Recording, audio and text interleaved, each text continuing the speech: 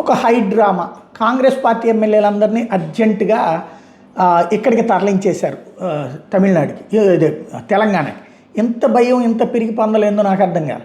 TVK పార్టీకి ఇప్పుడు 108 వచ్చినాయి. వాళ్ళందరినీ శిబిరంలో పెట్టలేదు. ఇప్పుడు ఏది తమిళనాడులోనే పెట్టారు, బయటికి తీసుకెళ్ళలేదు ఏ రాష్ట్రానికి కూడా.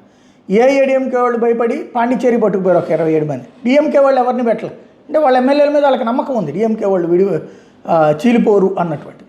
ఇంకోటి, చీలిపోయినా ఇక్కడ సింపుల్ లాజిక్, చీలినా కూడా గవర్నర్ ఒప్పుకోడు కదా. రూల్ ప్రకారం 2/3 చీలాలి అంటే అది అసెంబ్లీ ఫామ్ అయ్యాక చీలాలి, బిఫోర్ చీలితే కుదరదు. గవర్నర్ కూడా అప్పుడు దాని ఫిరాయింపుల ప్రకారం ఉంటుంది. ఫిరాయింపుల ప్రకారం ఫిరాయించేటటువంటి వాళ్ళతో ప్రభుత్వాన్ని ఏర్పాటు చేయడానికి రూల్స్ ఒప్పుకో, రాజ్యాంగం ఒప్పుకోదు.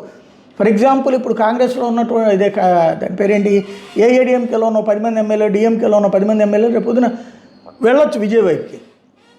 అలా వెళ్ళే సందర్భంలో అట్లా వెళ్తున్నామని ఇప్పుడే కనుక సంతకం పెడితే, ఇదిగో పార్టీ ఫిరాయింపులు ప్రోత్సహిస్తున్నావు కాబట్టి నేను నిన్ను ప్రభుత్వానికి ఆహ్వానించనని చెప్పేసి సాయంత్రం రాష్ట్రపతి పాలన పెట్టే అవకాశం, అధికారం ఇచ్చినట్టు అవుతుంది గవర్నర్కి. కాబట్టి ఏముండదు. మరి కాంగ్రెస్ పార్టీ వాళ్ళు తీసుకొచ్చి తెలంగాణలో దాచుకోవడం ఏంటో, టీవీకే పార్టీ మరొక వైపునేమో చెన్నైకి ఎవరు రావద్దు, ప్రమాణ స్వీకారం వాళ్ళు లేదు అని ప్రకటించింది అక్కడ. రెండవది.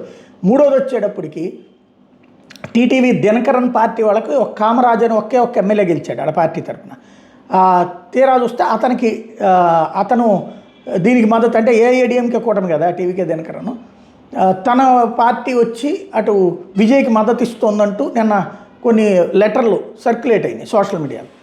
లేదు మా కామరాజు అట్లా ఇవ్వలేదు, మా కామరాజును కొనే ప్రయత్నం చేస్తున్నారంటూ దినకరన్ వెళ్ళి గవర్నర్ని కలిసి రావడం. ఇంకొకటి, మేము ఎన్డీఏకి మద్దతు ఇస్తాం, పళనిస్వామి సీఎం అవడానికి మద్దతు ఇస్తాం తప్ప ఇంకొకరికి ఇవ్వము అన్నటువంటిది వాళ్ళ కాన్సెప్ట్.